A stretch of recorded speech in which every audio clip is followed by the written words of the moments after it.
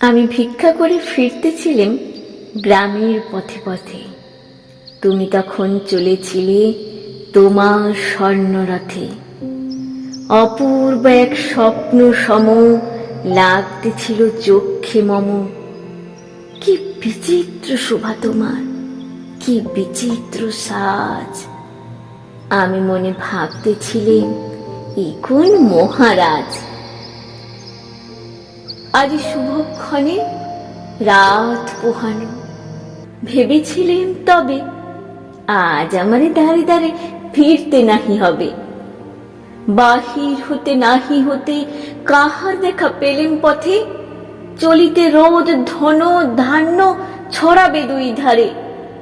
মুঠা মুঠা কুড়িয়ে নেব ভারে ভারে।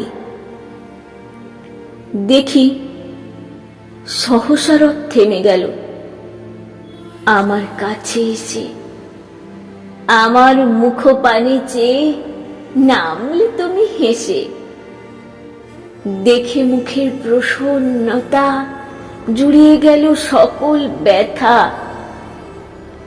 হেনকালে কিসের লাগি তুমি অকস্মাৎ আমায় কিছু দাও গো বলে বাড়িয়ে দিলে হাত।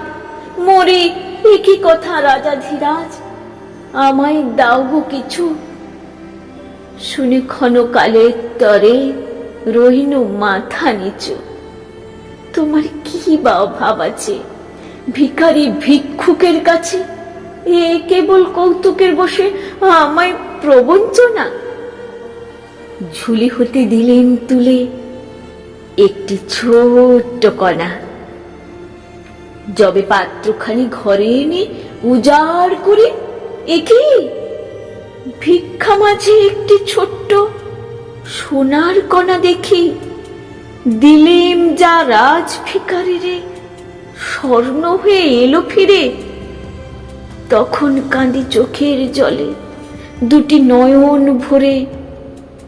তোমায় কেন দেইনি আমার সকল শূন্য করে? তোমায় কেন দেইনি আমার সকল শূন্য করে?